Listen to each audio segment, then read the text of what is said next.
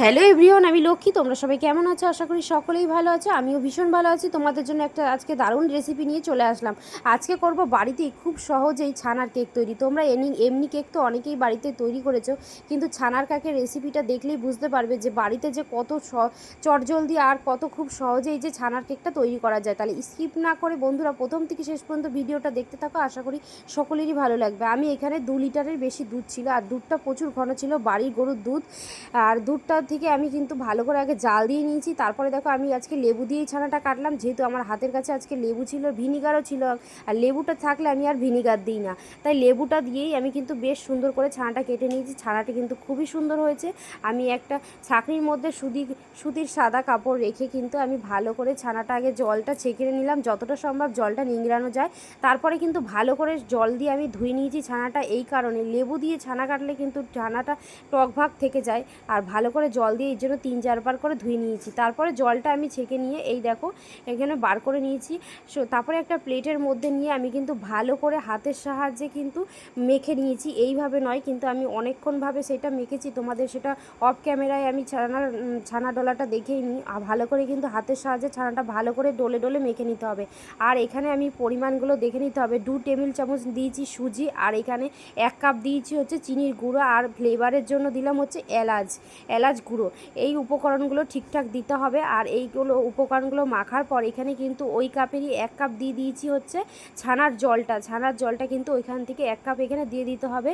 এর মধ্যে আর কিছু আর একটা জিনিস দেবো, সেটা তোমাদের দেখাচ্ছি। আর এটা ভালো করে মাখার পর এই দেখো 1 টেবিল চামচ দিয়ে দিলাম ঘিটাও কিন্তু এর মধ্যে ভালো করে মিশিয়ে নিতে হবে। এই উপকরণগুলো ঠিকঠাক কিন্তু নিলেই কিন্তু ছানার কেকটা বেশ সুন্দর তৈরি হবে। তারপরে এটা আধ ঘন্টা মতো আমি রেস্টে রেখে দিয়েছিলাম। আর এইটা অন্য কেকের তুলনায় এই কেকটা কিন্তু অতটা বেশি ঘনত্বটা লিকুইড হবে না, আর একটু ঘনই টাইপেরই হবে। আর এখানে আমি একটা কেক টিন নিয়েছি। কেক টিনটার আগে কিন্তু ভালো করে কিন্তু ঘিটা ব্রাশ করে নিয়েছি। তারপর ওপর থেকে কিন্তু ব্ল্যাক পেপার দিয়ে আবারও কিন্তু ভালো করে আবারও ঘি দিয়ে ব্রাশ করে নিতে হবে 2 বার করে, তাহলে কিন্তু কেকটা খুব সহজেই উঠে যাবে। আর তোমরা চাইলে কেক টিন না থাকলে এমনি যে কোনো সিলভার, স্টিলের কিংবা চীনামাটির পাত্রেও করতে পারো এই কেকটা। তারপরে দেখো পুরো এখানে আধ ঘন্টা পর রেস্টে রাখার পর আমি পুরো এখানে লিকুইড যে ছানার পুডিংটা বানিয়ে করেছিলাম সেটা এখানে ঢেলে দিলাম। ঢেলে দেওয়ার পর ভালো করে কিন্তু চেপে চেপে দিতে হবে, যাতে কোথাও কোনো ফাঁক না থাকে এইভাবে।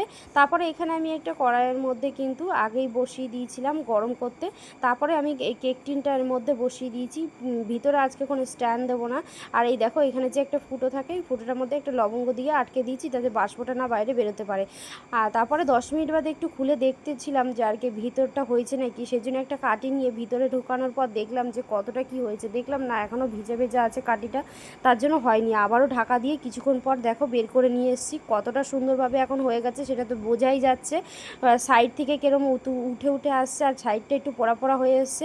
আর ছানার কেকটা কিন্তু একটু সাইড থেকে পোড়া পোড়াই হয়, তাতে বেশ সুন্দর একটা গন্ধ স্মাইলে আছে, আর খেতেও কিন্তু দুর্দান্ত লাগে। তারপরে দেখো বের করার পর কতটা যে সুন্দর হয়েছে আমি ভাবতেই পারিনি যে আজকে ছানার কেকটা এতটা সুন্দর হবে। তোমরাই দেখে বলবে অবশ্যই কমেন্টে যে আজকে রেসিপিটা কেমন হয়েছে। তাহলে তোমরা কিন্তু এইভাবেই বাড়িতে খুব সহজে তৈরি করে নেবে। তারপরে আমি দেখো এখানে পিস পিস করে ছানার কেকটা কেটে নেব।